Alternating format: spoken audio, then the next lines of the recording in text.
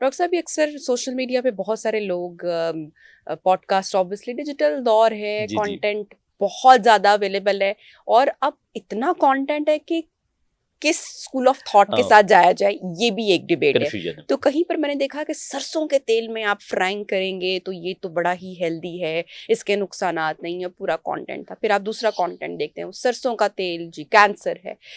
कि कहाँ पे आम आदमी जो है वो किसकी बात पर यकीन करे, और घर में बजट फ्रेंडली मैं बात करी हूँ, क्योंकि ऑब्वियसली ऑयल का हम्म। इस्तेमाल है, बहुत सारे लोग एकदम से अपनी लाइफ को उस तरह से मॉडिफाई भी नहीं कर पाते। घर में डेली इस्तेमाल के लिए चाहे हम ब्रांड नेम भी ले लें, डिटेल में बता दें, लेकिन कौन सा घी तेल इस्तेमाल किया जाए? सबसे पहले जो मस्टर्ड ऑयल है या सरसों के ऑयल की बात करें तो इसके हवाले से बहुत ज़्यादा कंट्रोवर्शियल चीज़ें पाई जाती हैं। इसमें कहा जाता है कि शायद इसमें क्योंकि इसको प्रमोट जब करते हैं तो इसकी एक साइड है, दूसरी जब इसे डी प्रमोट कर रहे होते हैं तो वो कहते हैं जी इसमें कोई एरुसिक एसिड नाम के केमिकल पाया जाता है जो कैंसर काजिंग है, जो कैंसर कर सकता है। उसमें कुछ रिसर्चेज हैं लेकिन बड़ी लिमिटेड फॉर्म में है। ओके। लेकिन ओवरऑल उसको अगर हम कंपेरिजन करें उस ऑयल के साथ जो हमारा ऑयल आ रहा है, इंडस्ट्रियल ऑयल आ रहा है, उसके मुकाबले में कई गुना ज़्यादा फ़ायदेमंद है। जो कैंसर कॉजिंग इफेक्ट है वो अभी रिसर्चेस मिक्स्ड है, उस पे आप 100% नहीं कह सकते। जैसे मैंने आपको पहले इसी सवाल के पहले बताया कि मक्खन के हवाले से, देसी घी के हवाले से कुछ साल पहले ये रिसर्चेस थी कि ये नुकसानदेह है, और अभी लेटेस्ट अमेरिकन गाइडलाइंस 2026 की जो आई हैं उसमें उन्होंने फैट को प्रमोट किया है, प्रोटीन को फैट प्रमोट किया है। तो हो सकता है आने वाले वक्तों में ये भी सारी चीज़ें उल्ट हो जाए। लेकिन जहाँ तक बात है, जो नेचर की चीज़ जितनी करीब है वो उतनी आपके लिए हेल्दी है। सिंपल सा रूल रखें, जो चीज नेचर के जितनी अगेंस्ट है, जो जितनी आपकी ऑर्गेनिक है, जिसपे हाँ, बार और कोड्स लगे नहीं हुए है, हैं, जो आपको फैक्ट्री से आ रही है, जो टिन प्रोसेस है, होके आ रही ओके, है, वो आपकी सेहत के लिए उतनी ही नुकसानदेह है। नुकसानदेह सिंपल सा फार्मूला है। इसमें अगर सपोज अगर आपके पास सरसों का ऑयल है और आप वो खुद से निकलवा रहे हैं, अपने सामने निकल रहा है, तो वो आपके लिए हेल्दी ही हेल्दी है। अगर वो कमर्शियल होके आ रहा है, किसी न किसी प्रोसेस से होके आ रहा है, तो फिर आपको शक शुबात उसमें हो सकते हैं।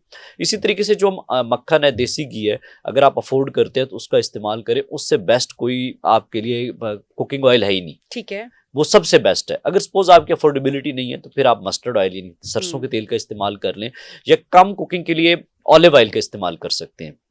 लेकिन जो एक्स्ट्रा वर्जिन फॉर्म है, कोकोनट ऑयल हो, जो नारियल का तेल होता है, या जो जैतून का तेल है जिसे हम ऑलिव ऑयल कह रहे हैं, तो वो आप टॉपिंग के तौर पे इस्तेमाल कर सकते हैं।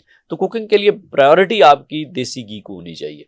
डॉक्टर साहब, you being a health expert, अभी एक पूरी दुनिया में एक ऐसा स्कैंडल आया है जिसने इंसानियत को भी एक बड़ा ही खौफनाक, दिल दहला देने वाला है, एप्स्टीन फाइल्स के हवाले से जो जी जी। आए रोज चीजें सामने आ रही हैं, और ह्यूमन मीट की जो कंजप्शन है उसके हवाले से आपने अभी तक इसके ऊपर कोई रिसर्च की कि उतना तो, जितना मैं मैकडोनल्ड्स का भी नाम लूंगी या जितने भी इस तरह की और चेन्स है, कि जितना मीट एक दिन में इनका सेल हो रहा है उतना तो शायद उतने फार्म्स ही नहीं है पूरी दुनिया में। तो ये कहाँ से आ रहा है, या फिर जिस तरह से बन रहा है या तैयार हो रहा है और हम अपने बच्चों को वो डेली, हमारे बच्चे कंज्यूम कर रहे हैं, आपकी इस पे क्या रिसर्च है अब तक की? बेसिकली मैंने जैसे भी स्टार्ट में बताया ना कि आप लोगों को, यानी कि जो लोगों को, सुनने वाले लोगों के लिए है कि जितनी चीज़ नेचर के करीब है वो आपके लिए हेल्दी है।